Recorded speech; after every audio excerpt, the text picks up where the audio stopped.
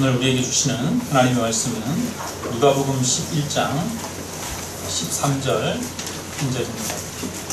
우리 신약성경 112페이지에 있습니다.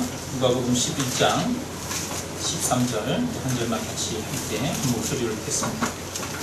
13절입니다.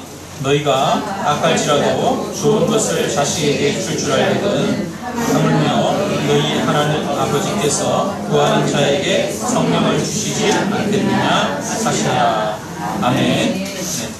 오늘은 성령의 역사와 또 기도의 관계에 대해서 사도행전의 구절들을 한번 이렇게 하나하나 살펴보면서 여러분과 말씀을 나누고자 합니다. 오늘 우리가 이제 읽은 본문 구절에는 너희가 악할지라도 좋은 것을 자식에게 줄 줄 알거든. 참 부모된 마음에서는 나쁜 부모든 좋은 부모든 자녀에게 좋은 거 주고 싶어 하잖아요. 그죠? 세상에서 악한 사람들도 자기 자녀에게는 좋은 거 주고 싶어 합니다. 근데 하물며 하나님께서 우리에게 좋은 거 주고 싶어 하실까요? 안 주고 싶어 하실까요? 좋은 거 주고 싶어 하시죠. 그래서 너희 하나님께서 하늘 아버지께서 구하는 자에게 성령을 주시지 않겠느냐 이렇게 말씀하셔요. 이 말은 하나님이 구하는 자에게 반드시 성령을 주신다 이 말씀이잖아요. 그렇죠? 그래서 하나님이 우리에게 주기 원하시는 것은 성령이라고 그렇게 이야기를 하고 있습니다. 그러면 근데 하나님이 우리에게 주기를 원하시는데 우리가 그것을 풍성히 받아 누리기 위해서는 필요한 법칙이 하나 있어요. 그게 뭡니까? 구하는 자에게 성령을 선물로 주시지 않겠느냐 라고 말씀하신다는 거예요. 그러니까 아무리 좋은 부모라도 자식이 구할 때 자식에게 필요한 것을 주시고 자식에게 좋은 것을 주시는 거죠. 마찬가지로 하나님 앞에도 우리가 구해야 할 필요가 있는 줄로 믿습니다. 우리가 구할 때 하나님은 반드시 주신다는 것을 오늘 말씀에서 이야기하고 있어요. 그래서 우리가 구할 때 하나님이 주신다라고 하는 이 믿음을 가지고 저와 여러분이 구해야 할 줄로 믿습니다. 믿음이 없으면 구하는데도 간절하게 구하지 않아요. 믿음이 없으면 대충 구하고 말아요. 근데 정말 된다라고 믿으면 정말 간절하게 붙들고 끝까지 기도하게 되겠죠. 그래서 하나님이 우리에게 좋은 것으로 주시고 성령으로 충만케 하신다는 사실을 믿음으로 구하기를 바랍니다. 제가 대학 시절에 한 선배가 그런 이야기를 하더라고요. 이렇게 예를 들면서 기차가 이렇게 있는데 친구랑 같이 기차를 같이 타고 가기로 했어요. 근데 친구가 안 왔어. 늦어가지고 기차가 떠났어요. 그래서 친구 때문에 기차를 못 탔다 이런 이야기를 하니까 기차를 못 탄 거야 안 탄 거야 이렇게 얘기를 하더라고요. 그래서 아니 친구가 안 와서 기차를 못 탄 거지 이렇게 얘기를 했더니 아니야 사실은 친구가 안 와서 기차를 안 탄 거야 이런 얘기를 하더라고요. 왜 안 탄 거냐고 그랬더니 만약에 정말 기차를 꼭 타야만 되는 일이라면 아마 기차를 안 타면 죽는다 뭐 이런 일이라면 당신이 기차 앞에 달려가가지고 기차가 못 가게 막거나 아니면 기관사를 붙들고 애원을 하거나 뭐 무슨 수단을 쓰든지 네가 기차를 잡아가지고 탔을 거야. 근데 너는 무슨 수단을 쓰거나 그렇게 하지 않고 그냥 기차가 떠나기 전에 친구가 오기만을 기다리고 있었잖아. 그러니까 너는 못한 게 아니라 안 탄 거야. 이런 이야기를 하더라고요. 사실은 저는 뭐 꼭 그게 정답은 아닙니다만 그 말이 한편으로는 일리는 있는 거예요. 우리가 하나님 앞에 성령의 충만함을 여러분 받아야 살아가야 되는데 우리가 성령이 충만하지 못한 이유는 우리가 여러분 기도를 안 했습니까? 아니면 기도를 했는데도 안 주신 겁니까? 사실은 우리가 여러분 기도를 정말 완전히 하나님 주실 줄로 믿고 끝까지 내가 하나님 성령의 충만함을 받지 않으면 안 됩니다 라고 하나님의 능력을 나에게 주시고 하나님께서 나에게 이 일들을 이루어 주셔야 합니다 라고 하면서 그렇게 사실은 간절히 기도하지 않았던 것이죠. 그래서 우리가 어쩌면 적당히 기도했을지는 모르겠어요.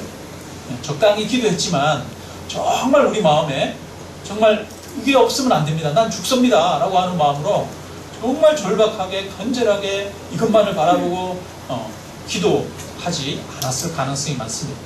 그래서 우리가 그렇게 하나님 앞에 간절하게 오로지 하나님만 바라보고 기도할 때 하나님은 기꺼이 주신다는 사실을 저와 여러분이 믿고 하나님 앞에 구하기를 주님의 이름으로 축원합니다. 이 성경에 보면 성령의 역사 그리고 그 기도와의 상관관계 이거를 잘 보여주는 구절이 사도행전에 보면 많이 나옵니다. 그래서 오늘은 사도행전을 한번 찾아가면서 같이 보는데요. 여러분 사도행전 한번 성경을 찾아보시겠습니다. 신약 성경 187페이지입니다. 사도행전 1장 4절 5절 우리가 같이 한번 찾아서 같이 읽겠습니다. 신약 성경 187페이지 같이 읽습니다. 사도와 함께 모이사 그들에게 분부하여 이르시되 예루살렘을 떠나지 말고 내게서 들은 바 아버지께서 약속하신 것을 기다리라. 요한은 물로 세례를 베풀었으나 너희는 몇 날이 못되어 성령으로 세례를 받으리라. 하십니다. 아멘. 네. 예수님이 승천하시면서 제자들에게 너희 예루살렘 떠나지 마 라고 이야기했어요. 왜냐하면 성령을 받을 때까지 기다려 이렇게 말했어요. 근데 제자들은 예루살렘을 떠나기가 쉬웠어요. 왜냐하면 예루살렘에서는 예수님을 죽이는 살인사건이 일어났죠. 그리고 예수님을 믿는 추종자들을 보면은 잡아서 핍박하려고 하는 그런 상황이었어요. 그러니까 예루살렘에 있다가는 봉변을 당할지도 모르는 상황입니다. 그러니까 다들 예루살렘에서 멀리 벗어나고 싶었어요. 근데 예수님이 예루살렘 떠나지 마. 여기에서 성령을 기다려. 이렇게 말했어요. 왜냐하면 예수님이 살아계실 때 제자들은 예수님 옆에 모여가지고 예수님을 따랐잖아요. 그죠? 제자들을 인도하는 리더, 인도자가 바로 예수님이셨잖아요. 예수님이 승천하시면서 예수님 대신에 교회를 이끌 리더를 새롭게 보내시는 거죠. 그 리더가 누구예요? 성령이십니다. 그래서 교회를 인도할 리더를 보내시는데 그 성령이 오실 때 제자들은 어떻게 해야 돼요? 모여서 그 리더를 받아들이고 그 리더의 가르침과 인도하심을 받아야 돼요. 그렇기 때문에 새로운 리더, 예수님 대신에 오시는 그분을 기다리라. 떠나지 말고 기다리라. 이렇게 이야기했습니다. 자, 그러면 제자들이 약 10일 정도 기간이 있었거든요. 예수님이 승천하시고 나서 오순절 성령이 오시기까지 10일 정도가 기간이 있었는데 이 10일 동안 뭐 하고 있었을까? 1장 14절 우리가 한번 찾아봅니다. 1장 14절 같이 한번 읽습니다. 여자들과 예수의 어머니 마리아와 예수의 아우들과 더불어 마음을 같이하여 오로지 기도에 힘쓰더라. 예수님을 따르던 사람들이 모여서 오로지 기도하기를 힘썼어요. 그러니까 오로지 기도했다는 말은 기도에 전념했다는 이야기죠. 약 열흘 정도 성령을 기다리면서 기도에 온전히 집중했습니다. 그러니까 이 기도하는 동안 하나님을 향한 간절한 마음의 준비 그리고 또 하나님을 향한 열정 이런 것들의 마음의 준비를 한 거죠. 그리고 드디어 열흘 후에 오순절날 성령이 마가 다락방에 120명의 사람들이 모여있는 가운데 임하셨어요. 그래서 오순절날 임한 이 성령 이것은 놀라운 축복입니다. 왜냐하면 예전에는 예수님을 한 사람 한 사람이 만났는데 그냥 예수님이 있을 때 예를 들어서 예수님이 예루살렘에 있으면 예루살렘에 가야 예수님을 만나는데 이제는 새로운 시대가 열렸어요. 누구나 다 예수 그리스도를 믿는 사람들에게는 하나님의 임재가 이루어지는 그래서 예루살렘에 있는 사람도 하나님을 만나고 그 다음에 갈릴리에 있는 사람도 하나님을 만나는 새로운 시대가 임한 거죠. 그래서 우리가 찬양할 때 우리 요엘서를 가지고 찬양하잖아요. 마지막 날에 내가 나의 영으로 모든 백성에게 구원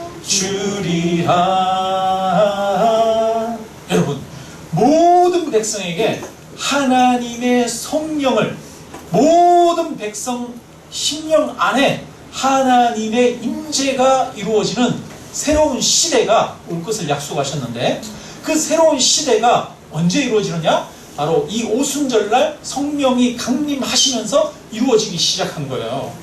그래서 이제 오늘날 새로운 시대를 저희와 여러분은 살아가고 있습니다.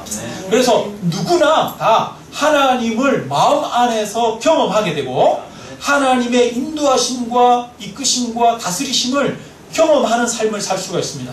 하나님이 저와 여러분의 삶 가운데 함께 하셔서 내 능력으로 살아가는 것이 아니라 내 안에서 하나님이 일하셔서 내가 할 수 없는 하나님의 능력을 나타내는 삶을 살게 하시는 그런 새로운 시대가 열렸어요.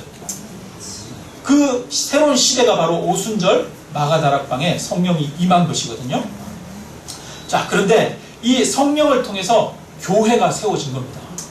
여러분, 교회는 제자들이 모여가지고 야, 우리끼리 예배 드리자 그래서 교회가 세워진 게 아니에요. 여러분, 교회가 제자들이 모여있을 때 그 가운데 성령이 임하셔서 하나님의 임재가 이루어질 때 그것이 교회가 되는 거야. 교회의 역사는 성령의 역사고 성령과 함께 하는 것입니다. 그래서 이 성령, 교회의 역사는 바로 제자들이 모여서 간절하게 기도할 때 성령께서 임하심으로 이루어졌다는 것입니다. 그래서 성령은 기도를 통해 교회 안에서 역사하게 된다는 것을 보여주고 있습니다. 우리가 2장 42절 한번 같이 읽어보겠습니다. 2장 42절 읽습니다. 그들이 사도의 가르침을 받아 서로 교제하며 떡을 떼며 오로지 기도하기를 힘쓰니라. 성령의 충만함을 받은 제자들이 그전에는 두려워서 숨어 있었는데 이제 길거리에 나가서 막 복음을 전하기 시작했어요. 그런데 하루에 3,000명이 회개하고 돌아오기 시작했습니다. 그러면 새로 3,000명이 하나님께로 돌아왔는데 그 사람들이 뭐 했어요? 뭐 했는지를 이야기하고 있어요. 그들이 사도의 가르침을 받아 서로 교제하고 떡을 떼며 오로지 기도에 힘쓰니라. 그러니까 여러분, 3,000명이 회개하고 돌아왔는데 이 새신자들이잖아요. 새신자들이 집중하고 힘을 쓴 거는 뭐냐면 사도들의 가르침을 받는 거, 그 다음에 기도하는 거에 힘썼다는 거예요.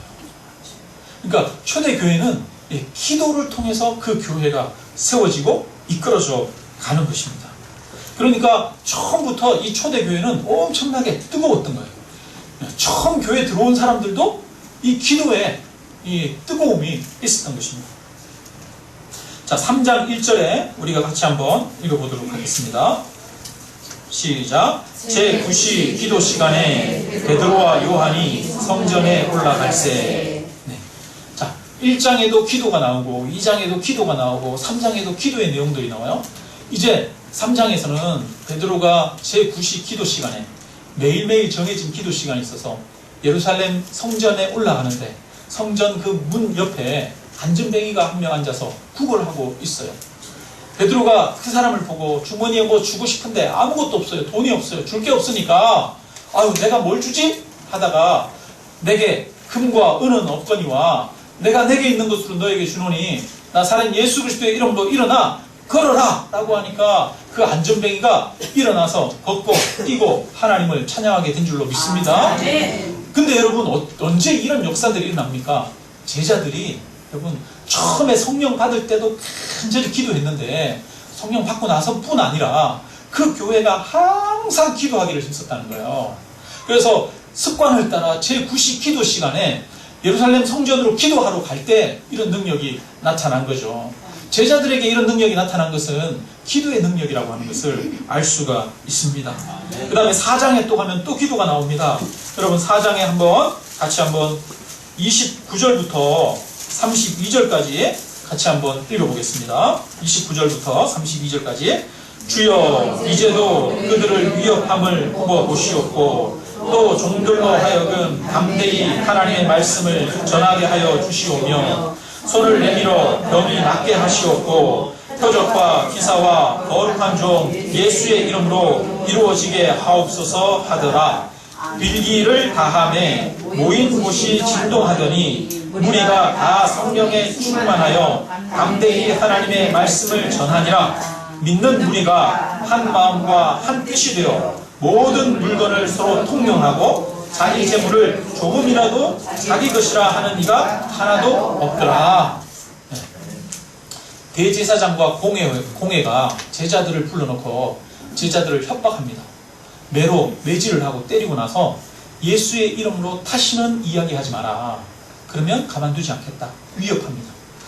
그럴 때 이 제자들이 그 다음에 한 게 뭐냐 하면 이거예요. 주여, 이제도 그들의 위협함을 굽어보시고 종들로 하여금 담대히 말씀을 전하게 하옵소서. 종들이 하나님의 말씀을 전할 때마다 표적과 기사가 나타나게 하여 주옵소서. 이렇게 빌기를 다음에, 이 말은 무슨 말이에요? 기도하기를 끝내니까. 기도했을 때 그곳이 모인 곳이 진동하더니 거기에 있는 사람들이 다 성령에 충만하여 하나님의 말씀을 담대히 전하니라. 교회가 핍박을 받았어요. 핍박을 받을 때 그때 교회가 한 일이 뭡니까?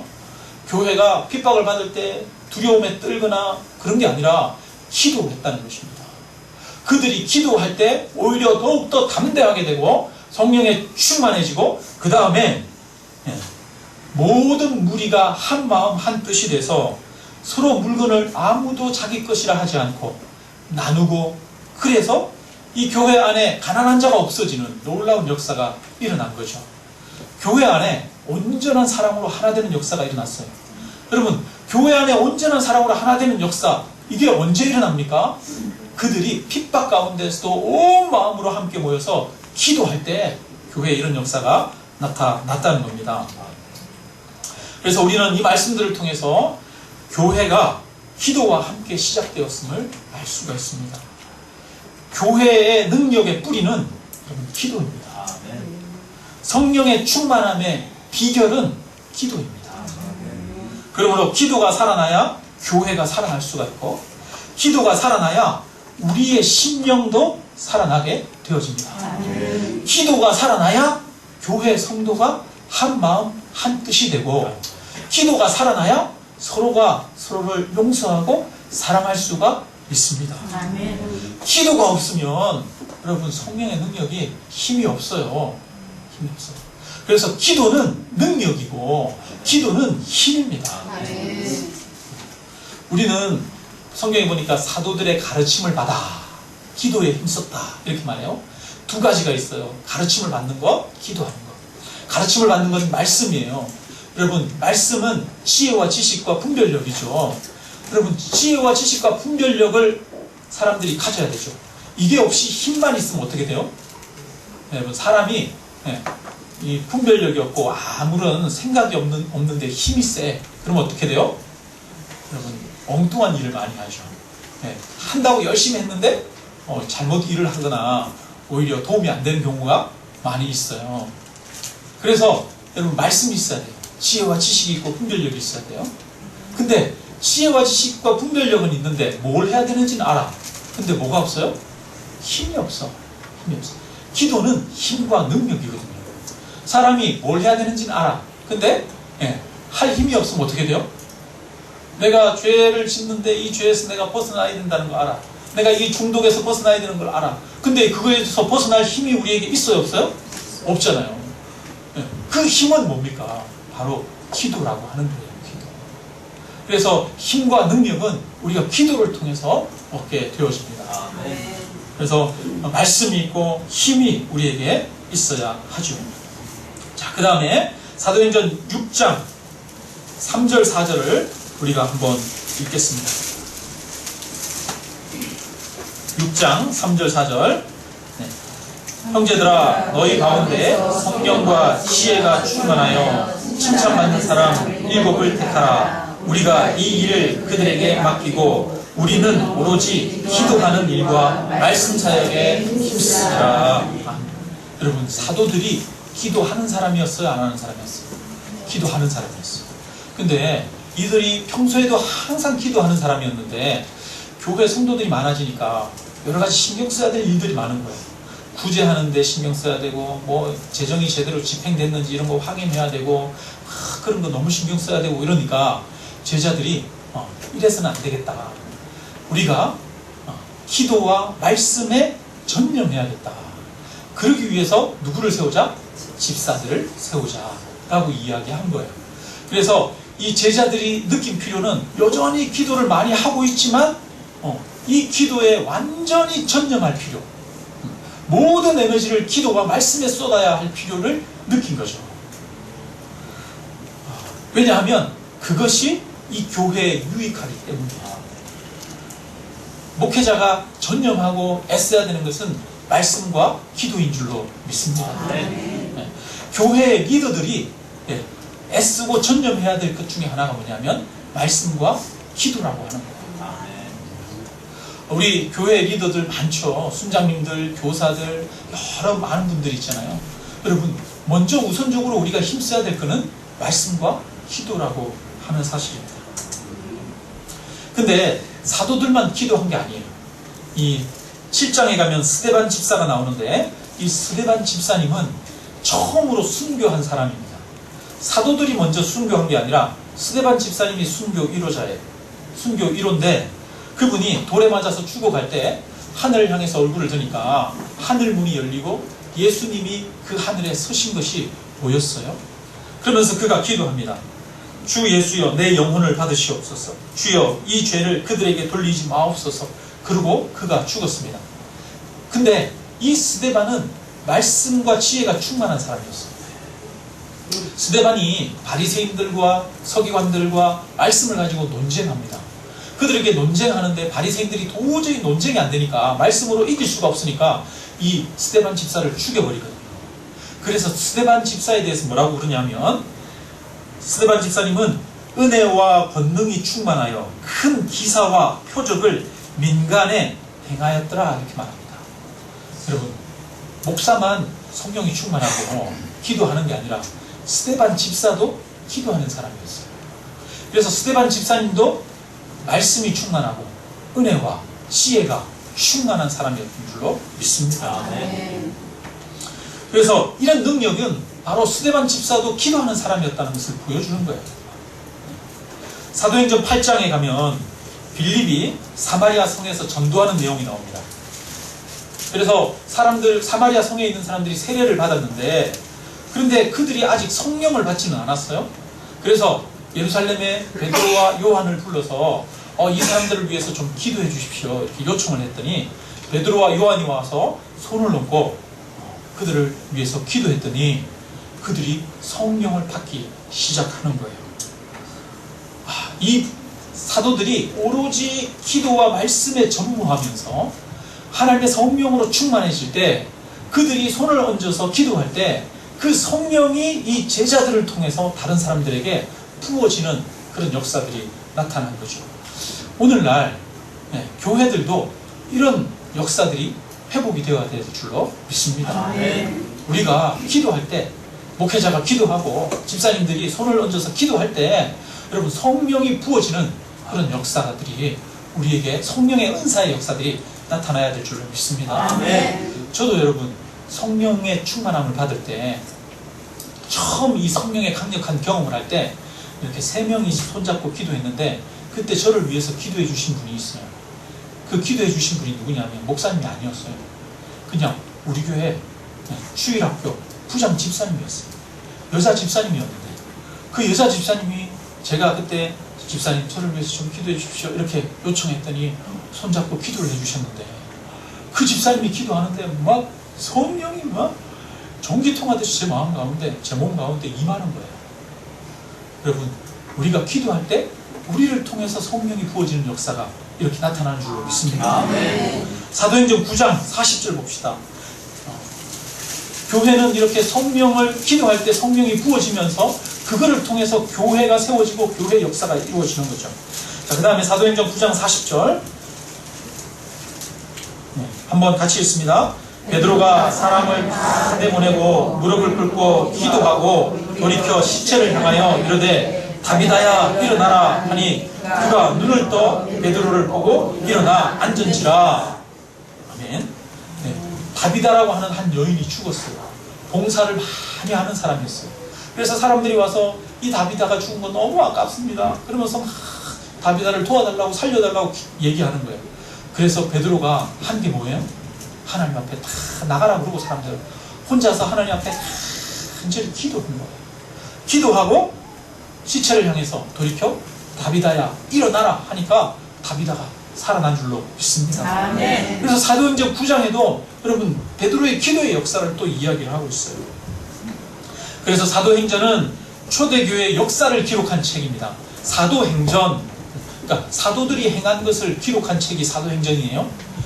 근데 다른 말로 많은 사람들이 사도행전은 성령행전이다 이렇게도 말합니다. 뭐냐 하면 성령이 역사하셔서 교회를 일으키고 성령이 교회를 어떻게 인도하셨고 이끄셨는지를 말씀해 주는 게 사도행전이다 이렇게 이야기를 해요. 근데 저는 이거를 보면서 사도행전은 또 다른 말로 기도행전이다 이렇게도 표현할 수 있을 것 같아요. 왜냐하면 1장에도 기도의 이야기, 2장에도 기도의 이야기, 3장에도, 4장에도, 6장에도, 7장에도 계속 이 교회들이 어떤 역사들을 일어날 때마다 하나님의 역사들이 일어날 때마다 기도가 있었음을 이야기를 하고 있어요. 그러니까 사도행전은 기도행전이에요. 교회의 역사는 기도의 역사이기도 합니다. 우리가 사도행전 10장에 나오는 장면을 교회사에서 정말 중요한 장면입니다. 사도행전 10장 이때까지는 여러분 유대인들만 구원이 있다라고 생각했습니다. 이스라엘에만 구원이 있다고 생각했어요. 이방인들, 로마인들, 아니면 뭐 흑인들 이런 사람들, 아니 유럽 사람들, 아시아 사람들 이런 사람들은 구원이 없다고 생각했어요. 근데 놀라운 역사가 일어나는데 자 한번 읽어보겠습니다. 10장 1절에서 3절 같이 읽습니다. 가이사랴에 고넬료라 하는 사람이 있으니 이달리아 부대라 하는 군대의 백부장이라. 그가 경건하여 온 집안과 더불어 하나님을 경외하며 백성을 많이 구제하고 하나님께 항상 기도하더니 하루는 제9시쯤에 되어 한상 중에 밝히 보매 하나님의 사자가 들어와 이르되 고넬료야 하니. 자, 베드로는 평소에 뭐 하는 사람이었어요? 기도하는 사람이었어요. 근데 이 고넬료는 이스라엘을 지배하는 로마 군대의 장교입니다. 그러니까 이스라엘 사람이 아니라 이방인이에요. 그래서 유대인들은 이 이방인들 집에도 들어가지 않아요. 함께 밥도 안 먹어요. 교제도 안 해요. 자, 그런데 이 기도하던 고넬료가 제9시에 뭐 하느냐면 기도하는 시간이 있어요. 고넬료가 기도하는데 환상 중에 천사가 나타났어요. 그래서 욥바라고 하는 곳에 가면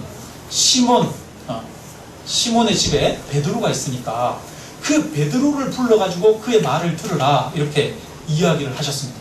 그래서 천사의 말을 듣고 이 백부장이 부하를 보냅니다. 부하를 보냈는데 그 부하가 그 다음날 이 욥바에 도착했어요.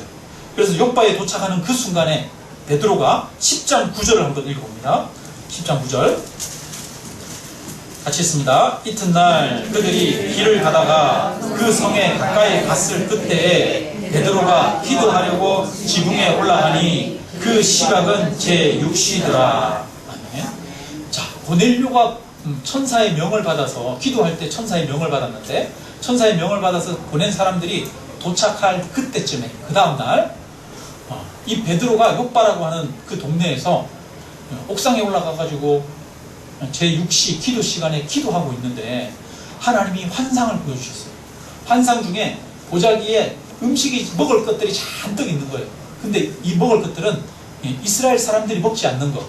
지금도 이슬람 사람들 돼지고기나 이런 거 안 먹죠. 그러니까 돼지나 뭐 이런 거 비늘 없는 물고기 이런 것들이 잔뜩 있는데 하나님이 음성 가운데 이걸 잡아 먹으라 그러는 거예요. 그래서 저는 부정한 거 먹지 않습니다 그랬더니 하나님이 내가 하나님이 정하다 한 것을 네가 부정하다 하지 마라. 하나님이 깨끗하다 한 것을 부정하다 하지 마라. 이 환상을 3번이나 보여주셨어요. 그리고 나서 밑에 마침 이 고넬료가 보낸 사람들이 도착한 거예요.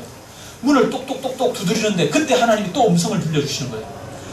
너에게 사람들이 너를 불러왔으니까 아무것도 염려하지 말고 따라가라 이야기하셨습니다. 그래서 그들을 따라서 이 가이사랴로 갑니다. 고넬료가 있는 집에 가가지고 고넬료가 있는 집에 들어가서 하나님에 대해서, 예수님에 대해서 설명을 했더니, 말씀을 전했더니 이 고넬료의 집에 있는 사람들이 다 이방인인데 이들 가운데 다 성령이 임하기 시작하는 거예요. 여러분, 베드로가 이 고넬료 집에 가가지고 예수님에 대해서 이야기하는 것은 자기에게서 나온 생각이에요? 아니면 하나님에게서 나온 생각이에요? 하나님에게서 나온 생각이에요. 이스라엘 사람들의 문화로는 이 이방인의 집에 가가지고 예수에 대해서, 말씀에 대해서 증거한다는 것은 있을 수가 없는 거예요. 그들과 식사도 하지 않고 상종도 하지 않는 거예요. 근데 하나님이 그들 가운데 그들이 기도할 때 하나님의 뜻을 보여주셨어요. 이방인도 하나님 안에서 하나님의 백성이 되고 구원 얻는 그 진리, 구원 얻는다는 것을 보여주셨어요. 여러분, 베드로가 이렇게 고넬료를 만남으로 교회사가 바뀌게 됩니다. 교회 역사가 바뀌게 돼요. 그전에는 유대인들만, 이스라엘 사람들만 예수를 믿었는데 이때부터 누구도 예수를 믿기 시작해요? 이방인들도 예수를 믿기 시작해요. 새로운 역사가 이루어집니다. 근데 이 교회의 새로운 역사가 이루어지는데 누구를 통해서 이루어집니까? 기도하는 사람 고넬료를 통해서. 베드로가 기도할 때 하나님이 나타나셔서, 여러분, 하나님의 계획과 뜻, 하나님의 인도하심이 언제 우리에게 주어집니까? 기도할 때 주어지더랍니다. 성도가 기도할 때 우리가 무엇을 해야 되는지, 어떻게 해야 되는지 하나님이 알려주시는 줄로 믿습니다. 아멘. 성령의 가르침의 능력은 우리가 기도할 때 나타납니다. 자, 사도행전 12장 5절 우리가 같이 읽습니다. 12장 5절. 이에 베드로는 옥에 갇혔고 교회는 그를 위하여 간절히 하나님께 기도하더라. 아멘. 이때 헤롯 왕이 예수 믿는 사람 중에 야고보를 잡아 죽였습니다. 야고보가 교회 리더 중에 한 명이에요. 베드로, 야고보, 요한. 근데 유대인들이 야고보를 죽이니까 너무 좋아하는 거예요, 유대인들이. 그래서 베드로도 죽이면 좋아하겠지. 그래서 베드로도 잡아서 감옥에 가두었습니다. 지하 감옥 깊숙한 데 가두고 양발과 손에다가 착고를 채우고 그 옆에 간수들이 지킵니다. 한밤중에 베드로가 잠이 들었는데, 근데 성도들은 뭐를 하고 있어요? 모여서 베드로를 위해서 간절히 기도하고 있어요. 그 순간 이 천사가 베드로에게 찾아와서 왔는데 발에 착고가 풀리고 베드로를 깨워서 철문이 열리게 하고, 그 철문을 지나서, 간수들을 지나서 베드로가 밖에 거리에 나왔습니다. 그때까지 베드로가 환상을 보는 줄 알았어요. 그런데 길거리에 나와가지고 정신이 든 거예요. 정신이 들어서 그제서야 하나님이 나를 구해주셨구나, 이거를 알고 성도들의 집을 찾아갑니다. 그 성도들의 집을 찾아가니까 12절에 한번 같이 읽어봅니다. 12절에 그 한밤중에 성도들이 뭐하고 있어요? 시작. 어머니 마리아의 집에 가니 여러 사람이 거기에 모여 기도하고 있더라. 교회가 기도하고 있었어요. 로마 감옥이 베드로를 가두었지만 교회가 기도할 때 로마 감옥에서 베드로가 벗어나게 되어진 줄로 믿습니다. 교회가 이렇게 기도할 때 로마가 이 그리스도인들을 얼마나 핍박을 했습니까? 잡아서 때리고 돈을 빼앗고 경제적인 그 활동을 못하게 하고, 뿐만 아니라 죽이기도 했습니다. 그냥 죽인 게 아니라 여러분, 기름에 튀겨서 죽이고 찢어서 죽이고 칼로 찔러서 죽이고 짐승의 밥으로 던져서 죽였습니다. 로마가 그렇게 강력한 권력을 가지고 그리스도인들을 핍박을 했지만, 그러나 여러분, 기도하는 교회를 이길 수가 없었습니다.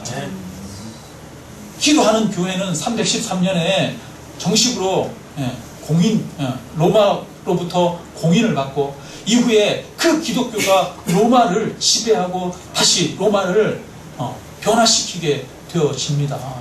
여러분, 로마가 기도하는 교회를 이기지 못하고 기도하는 교회가 로마를 이겼습니다. 사도행전 13장에 보면 2절 3절에 세계 선교에 대한 이야기가 나오는데요. 사도행전 13장 2절 3절 한번 읽어봅니다.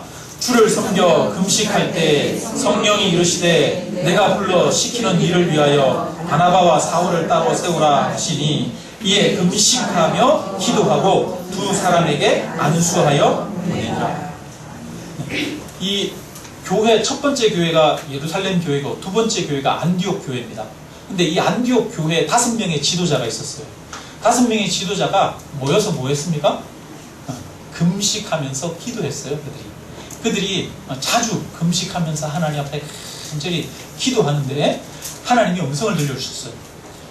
바나바와 그 다음에 바울을 따로 세워라. 그래서 이 바나바와 바울을 따로 세워서 다른 곳으로 보냈습니다. 뭐를 하기 위해서? 전도하기 위해서. 그래서 이때 이제 바울의 1차 전도 여행이 시작된 거예요. 그러니까 교회가 목적의식을 가지고 선교 사역을 시작한 게 이때부터예요. 그래서 하나님이 바나바와 바울을 세워서 세계 선교를, 열방을 향한 세계 선교를 할 것을 가르쳐 주셨어요. 그거를 언제 가르쳐 주셨어요? 이들이 모여서 금식하면서 기도할 때에 하나님께서 가르쳐 주셨다는 거예요. 그러니까 온 세상을 향한 하나님의 뜻과 계획이 기도하는 사람들에게 보여졌다는 겁니다. 그래서 우리가 기도할 때 우리는 하나님의 마음을 알게 되고, 기도할 때 교회가 나아가야 할 방향을 알게 되어지는 겁니다. 세계와 열방을 향한 선교도 기도할 때 가능하게 되어지는 거죠. 우리가 우리 힘으로 돈을 모으고 뭐 하자고 한다고 해서 여러분 선교가 되는 게 아닙니다. 선교를 하기 전에 뭐가 있느냐 하면 기도가 있었어요. 기도하니까 하나님이 선교하라고 가르쳐 주시고 어디로 가라고 가르쳐 주시고 그렇게 해서 가게 되어지는 거죠. 그러니까 여러분 사도행전 1장부터 쭉 오는 내용은 뭐냐면 항상 기도가 있다는 거예요. 그래서 그 뒷부분에도 이 기도가 얘기가 나오는데요. 우리가 그래서 교회는 무엇보다 기도가 살아나야 될 줄로 믿습니다. 성령의 역사, 하나님의 역사가 우리 가운데 충만히 나타나야 돼요. 그 하나님의 역사, 성령의 역사는 뭐와 관계가 있느냐면 기도와 관계가 있어요. 기도가 풍성하고 기도가 많아지면 하나님의 역사가 증가합니다. 기도가 줄어들고 여러분 기도가 힘이 없어지면 하나님의 역사도 교회 가운데 나타나지 않습니다. 교회가 바른 방향으로 가고 하나님의 뜻을 행하기 위해서는 교회 안에 기도가 살아나야 됩니다. 하나님의 뜻을 분별하려면 기도가 있어야 되는 거예요. 그래서 여러분 우리는 모든 부서가 이 기도가 먼저 살아나야 될 줄로 믿습니다. 먼저 주일학교 교사 선생님들도 여러분 밖에 나가서 전도하는 것도 중요하지만 전도하기 전에 기도로 먼저 무장하고 기도로 뜨거워야 될 줄로 믿습니다. 우리 찬양팀 찬양하기 전에 기도로 먼저 준비되어져야 되고 뜨거워져야 되는 줄로 믿습니다. 우리 순장님들도 그렇고 우리 집사님들도 그렇고 그리고 무엇보다 제가 기도로 회복되고 기도로 뜨거워져야 될 줄로 믿습니다. 기도는 교회가 살아나고 성도님들의 영혼이 살아나는 데 있어서 비결입니다. 기도는 하나님의 역사, 하나님의 능력이 나타나는 비결입니다.